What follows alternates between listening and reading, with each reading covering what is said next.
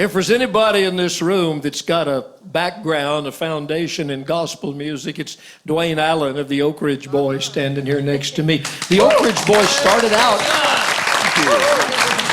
actually they started out as the Oak Ridge Quartet many years ago. And they sang hillbilly music and gospel music, and that was kind of before country kind of got its foothold in the 40s, actually.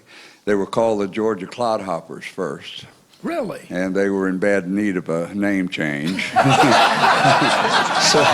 they started working over at Oak Ridge, Tennessee at the atomic bomb plant there during the war.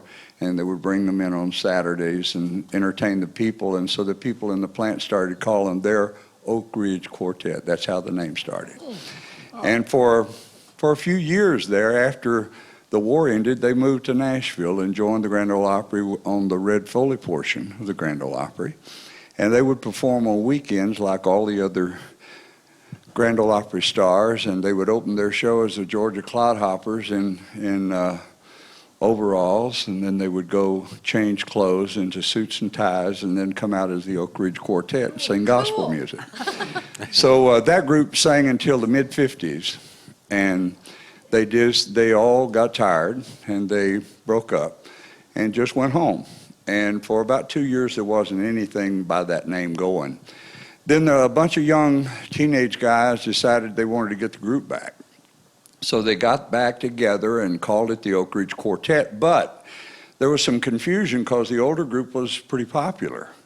And so here was a bunch of young teenage guys calling themselves the Oak Ridge Quartet. So they experimented with several different names over the next period of time. In fact, the album just before I came with the group, they had gone back to using Oak Ridge Quartet. We still own both names. When I came with the group, I loved the word boys. We've never used the word quartet again, except in historical terms. And so in 1966, I came with the group. It was already a gospel group, and we made several gospel albums, had 35 #1 gospel songs before Y'all Come Back Saloon came into our life. Boy, that was a switch, going from gospel music to the Y'all Come Back Saloon. It was. Actually, we got to #2 with the Y'all Come Back Saloon, and we couldn't get to #1 because there was a song there called Heaven is Just a Sin Away.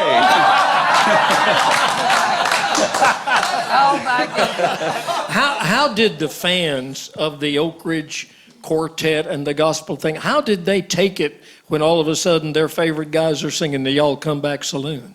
Well, it was actually mixed reactions, backing up just a little part of it before that in the gray area, where we were trying to get something going, but it hadn't happened yet. And I called a good friend of mine, Governor Jimmy Davis, may he rest in peace, and I always ask him for advice during those times because he's one of those few artists that had gospel hits and country hits and was governor of Louisiana for two different times. And he said, look at you now, look at your date book. You're already seeing what happens if they don't like you. You're living that. Your date book is very shallow. You're wanting dates and needing dates. He said, don't pay any attention to them. What you need to do is to find a country song and let the country music people know that you want a country hit. So we found the Y'all Come Back Saloon. There was no doubt when you looked at that title that we were going for a country song. But I said, what about our gospel people? Because that's all we've got following us. He said, they love a winner. When you win, they will love you. And they will tell everybody you are their friend. And that's exactly how it happened. Wow. Well, the Oak Ridge Boys, quite a story. The Oak Ridge Boys, today you do some gospel songs in your concerts and everything. And you've got a pretty lady standing over there on your right who also cut her teeth in the gospel business. Right. Of course, Duane's wife, and you can tell he married way above himself. Norah Allen, who sings with the Carol Singers at the Grand Ole Opry. And your background was with your family singing gospel music. Yes, I was raised, we started a trio when I was 2 years old.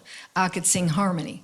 And Daddy said, well, we're going to do something with this. So I had 2 sisters, and we sang for like 17 years. And then I just went on and got into backup singing, and, one thing led to another, and I'm here today. Tell me about this pretty girl over here on the other side. Well, this is our firstborn. This is Jamie, our daughter. We have a son also.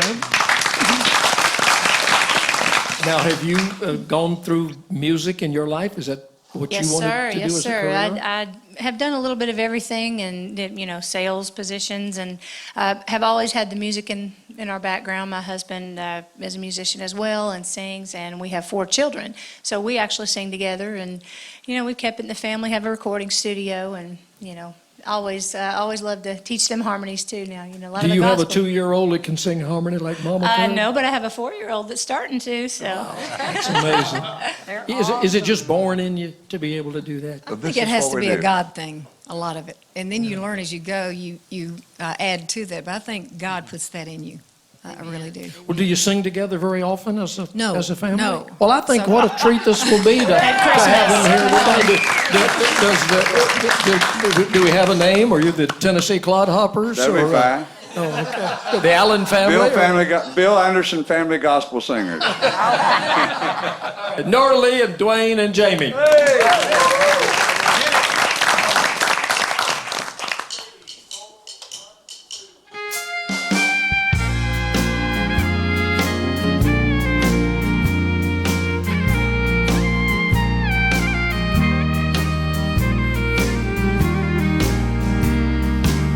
Our little boy was put to bed, tired from his busy day.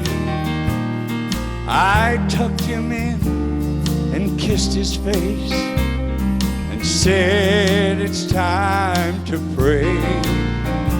As I slowly turned to leave the room, I stopped to hear him say, Dad, I need to talk to someone now.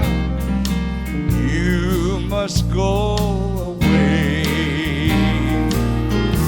Dear God, I pray, please keep our world safe.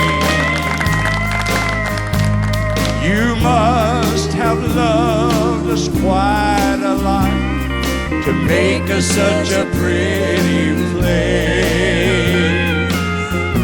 If you'll let me grow to be a man, I'll give you all the help I can. Please, God, please keep our world safe. They say you made this great big world in less than 7 days. I know your son lived here a while. Did you know I know his name? It's sad to think some people don't really love you at all. I'll do my best to change their mind if you'll let me grow real tall. Dear God, I pray, please keep our world safe. You must have loved us quite a lot to make us such a pretty place. If you'll let me grow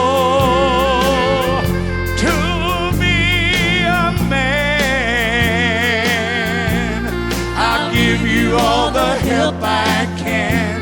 So God, please keep our world safe. I'll give you all the help I can. So God, please keep our world safe.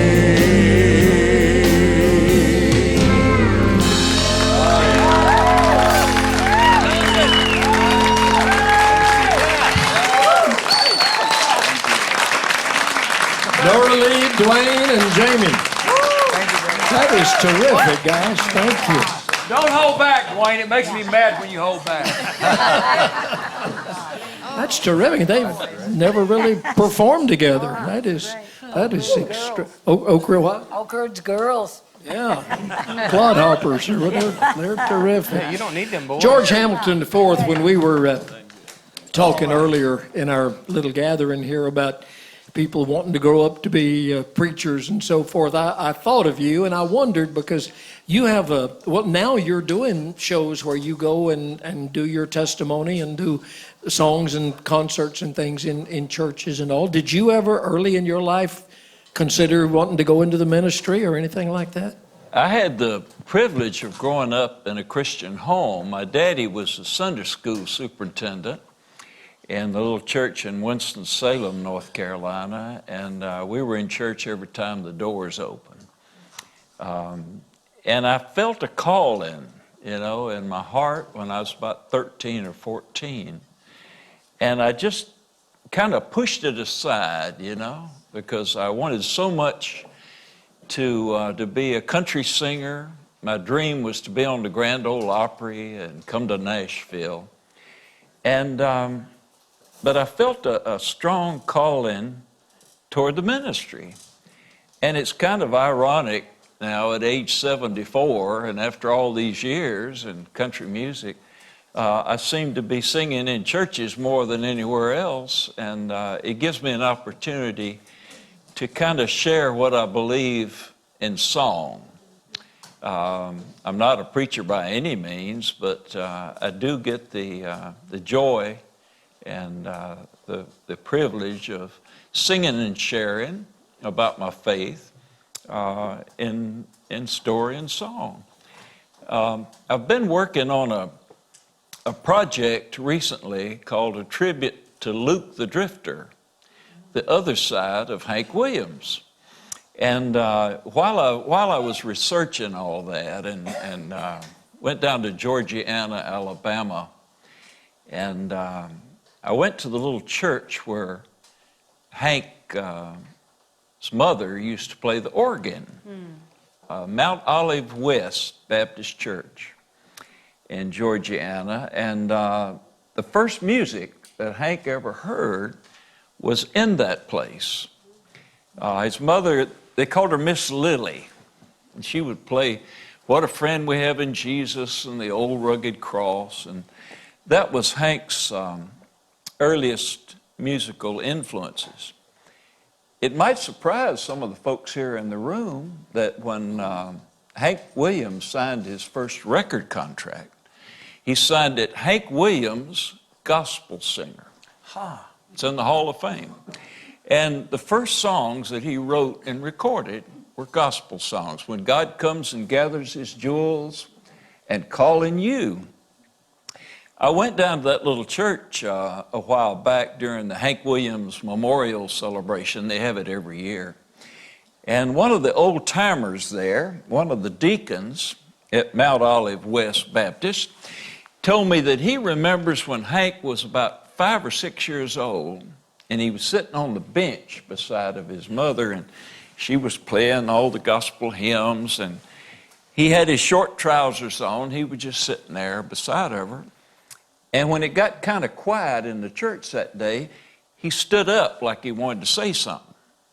And everybody got real quiet, wondering what this little kid gonna do.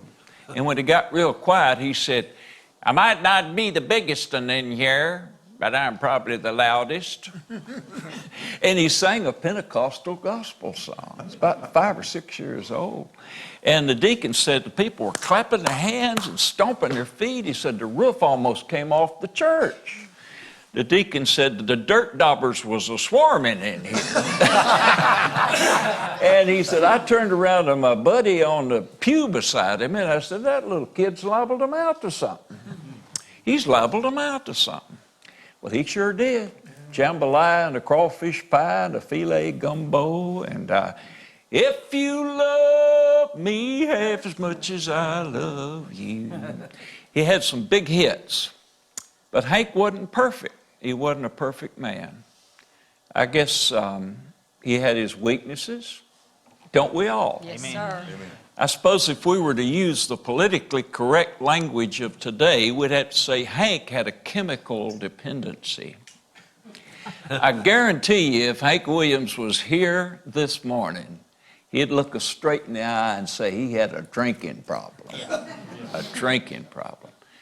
He wouldn't beat around the bush. But I can't help but think anybody who could write something like I Saw the Light and all those wonderful gospel songs, poems and readings, men with broken hearts, be careful of stones that you throw. He must have known and loved the Lord. I'm convinced of that. He wasn't perfect. Now, maybe some of y'all here this morning are perfect. Now don't get nervous. I'm not going to ask you to raise your hand if you're perfect. And I'm not going to ask you to stand up and testify about your state of perfection. But if you are, I hope you'll speak to Bill and the producers here later after the program, because I know they'd like to meet you. As a matter of fact, I'd like to meet you myself. I haven't met any perfect people in a long time. The last perfect one was crucified. Chances are we're all in the same boat. That's right. Sinners, but hopefully sinners who love the Lord. Yes. By the way, I did hear about a perfect man the other day. I was doing a gospel concert in my home state of North Carolina, and this fella came up to me and said, "I know of a perfect man." And I said, "You do? I've never met one. Who was it?" He said, "My wife's first husband." But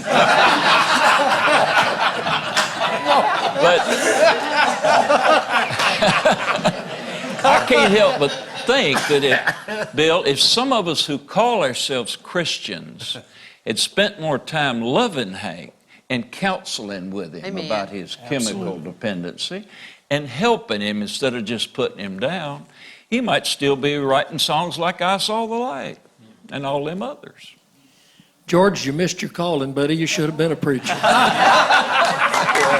know about that. How about is this a Hank Williams song you're going to sing? Yeah, this is one that is not real well known, not as well known as I Saw the Light, but he wrote dozens of great gospel songs. Of course, he had so many hits that most people associate him with hit country songs. But I Saw the Light is enough right there to let you know that he had a heart for the Lord. That's right. And Amen. that he loved the Lord. But he wrote wonderful gospel poems and readings. I know you've all heard them through the years.